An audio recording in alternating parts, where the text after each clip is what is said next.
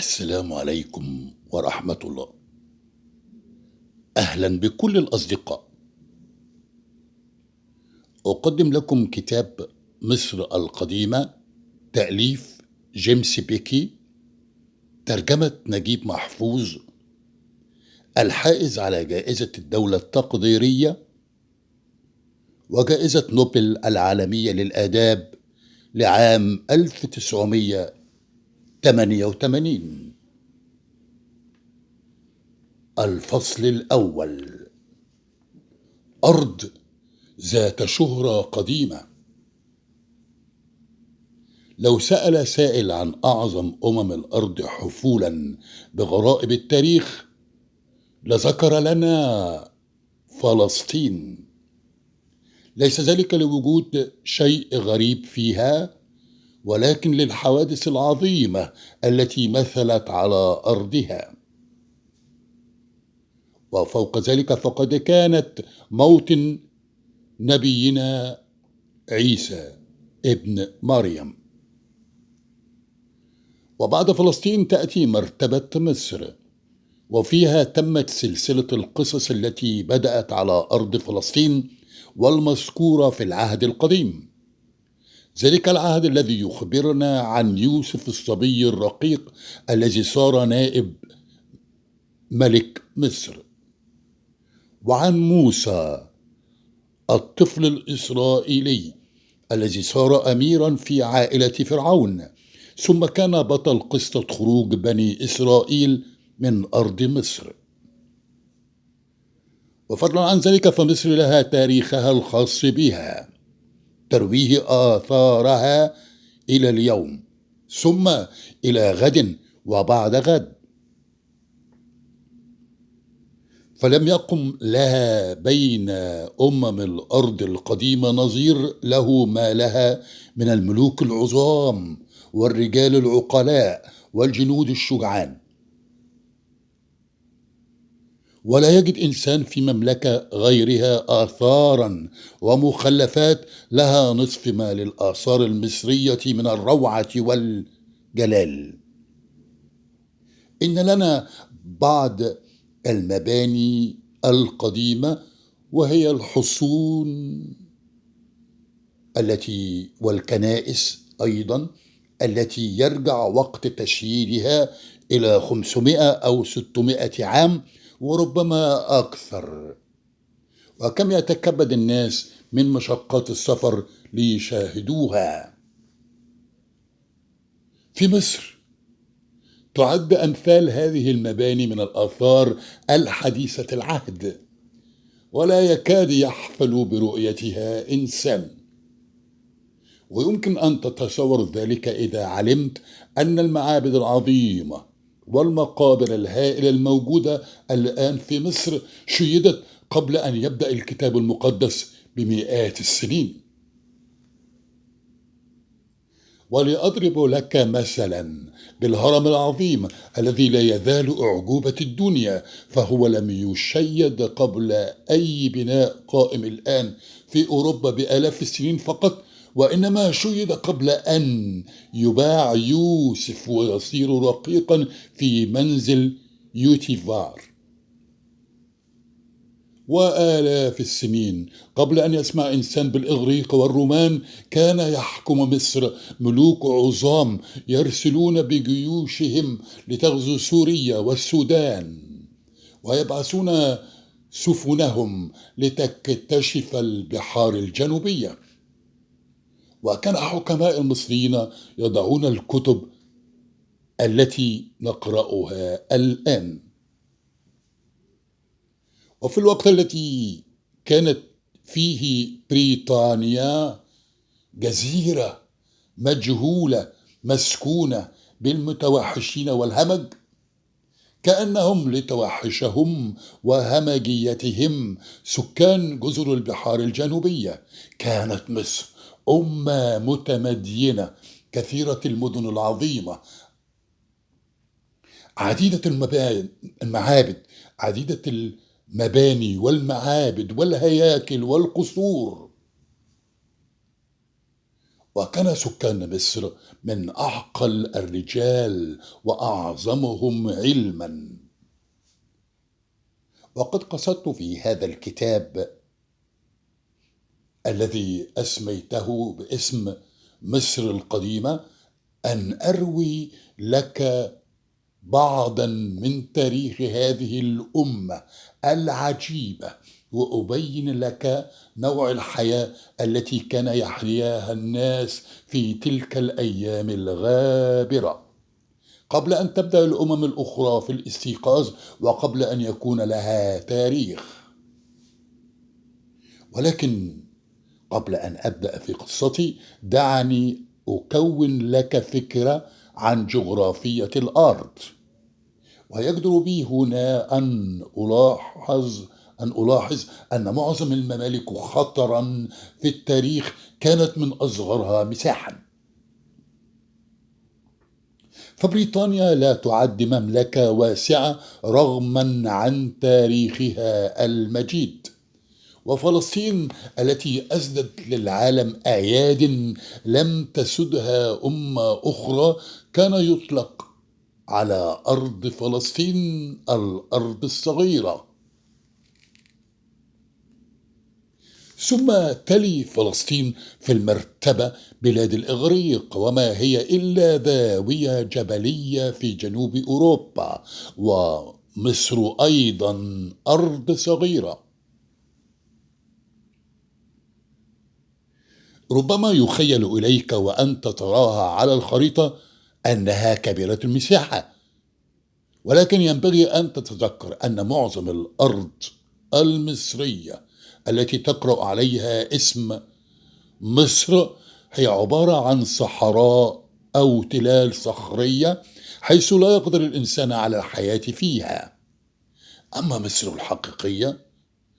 الحقيقية فهي عبارة عن شريط رفيع على جانبي النيل، وفي بعض الأحيان يكون امتداده ميلا أو ميلين داخل الرمال التي يخترقها النيل، ولا يزيد عن 30 ميلا في أي اتجاه من النهر إذا استثنينا الجزء الشمالي منه المسمى الدلتا.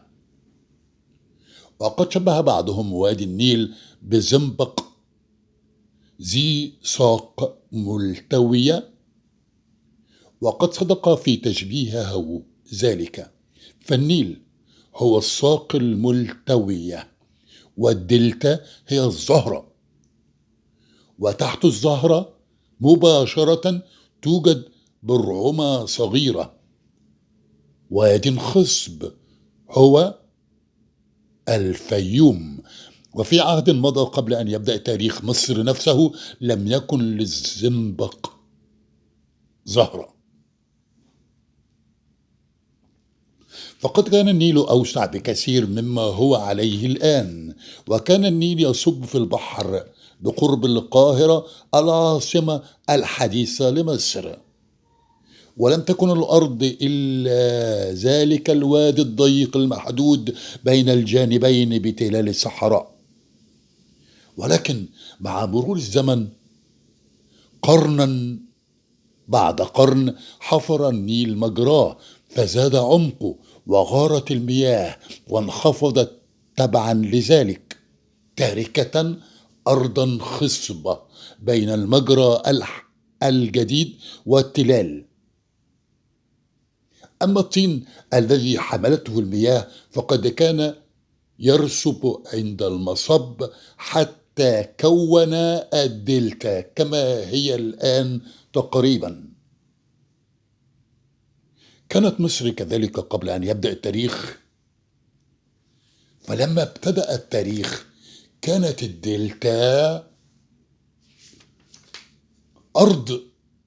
الدلتا أرض مستنقعات، لأنها كانت حديثة التكوين في مكان البحر قبل أن يطرد النيل بطينته مياهه. كان سكان الوادي يحتقرون الناس الذين يعيشون بين المستنقعات، وحتى بعد أن تم تكوين الدلتا لم تكن مساحة المملكة كلها لتعادل مساحة ويلز مرتين، ومع ذلك كان يعمرها عدد عظيم من السكان، عظيم بالنسبة لمساحتها، وكان يبلغ على أكثر تقدير قدر سكان لندن مرتين. قال مؤرخ إغريقي قديم: مصر هبة النيل، وهذا صحيح. لقد رأينا كيف أن النيل كونها باختراقه طريقا بين التلال وبتكوينه الدلتا، وهو لم يخلقها فقط بل هو يحفظ لها حياة مستديمة. ولقد كانت مصر كما هي الآن من أخصب البلدان أرضا، ومن ميزاتها أن ينمو بها أغلب المزروعات، فهي تنتج أجود أنواع القمح والخضروات والقطن. ولما كانت روما عاصمة العالم كانت تستورد ما تحتاجه من الحبوب من مصر بواسطة سفن الإسكندرية الشهيرة. وأنت تذكر ما يروي الإنجيل عن إخوة يوسف الذين أتوا مصر من فلسطين التي اجتاحها المجاعة. جاء إخوة يوسف إلى مصر من فلسطين ليشتروا من مصر القمح. ومع هذه الخصوبة فالمطر غير معروف في مصر.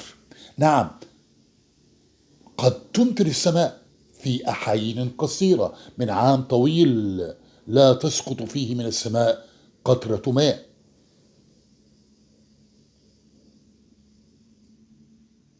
كيف يتيسر لأرض لا تمطرها السماء أن ينمو بها أجود أنواع النباتات؟ سر ذلك هو النيل، ففي كل عام إذا سقطت المياه في أواسط أفريقيا وعلى جبال الحبشة ازداد النيل ارتفاعا، وحملت الأمواج إليه طينا كثيرا. وفي هذه الحال تغمر المياه الأراضي ثم تتركها بعد أن يرسب فيها الطين. ولما كانت المياه لا تصل إلى الأراضي المرتفعة فإنه يوصل بها ترع، ثم تقسم هذه الترع إلى قنوات صغيرة حتى تتخلل جميع الأراضي وتسير فيها الماء كما يسير الدم في الأوردة والشرايين. وقد نتج عن هذا النظام أن زادت خصوبة الأرض وارتوت منها جميع الجهات، فعوضت بذلك ما يمكن أن تكسبه الأمطار من المياه في الأراضي التي تسقط فيها. ولولا نهر النيل لكانت مصر قطعة من الصحراء ليس فيها ما يميزها عن بقية أجزائها. وليس من شيء في حياة مصر يسترعي الانتباه إلا تاريخها العظيم، ذلك التاريخ القديم الذي وسم القطر بميسم سحري جعلها مصدر جاذبية لجميع الناس، وكذلك آثارها المجيدة. ولهذا لا توجد أمة غير مصر تشاهد فيها السكان الأصليين ومظاهر الحضارة القديمة كما كانت في بدء تاريخها. هنا في مصر تستطيع أن تشاهد معابد الآلهة القديمة وهياكلها والقبور الهائلة التي لم ترها عين إنسان، بل تشاهد السيوف والحراب والقوس التي كان يحارب بها الملوك والجنود الشجعان لأجل وطنهم قبل أن يشترك داود في حرب بني إسرائيل بآلاف السنين.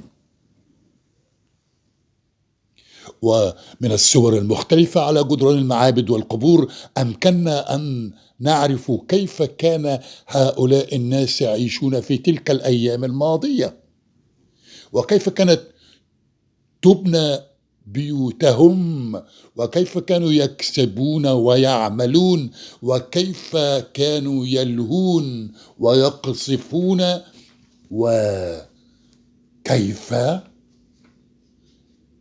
يعبرون عن هم دفين في وقت الأسى والحزن. ثم كيف يعبدون آلهتهم.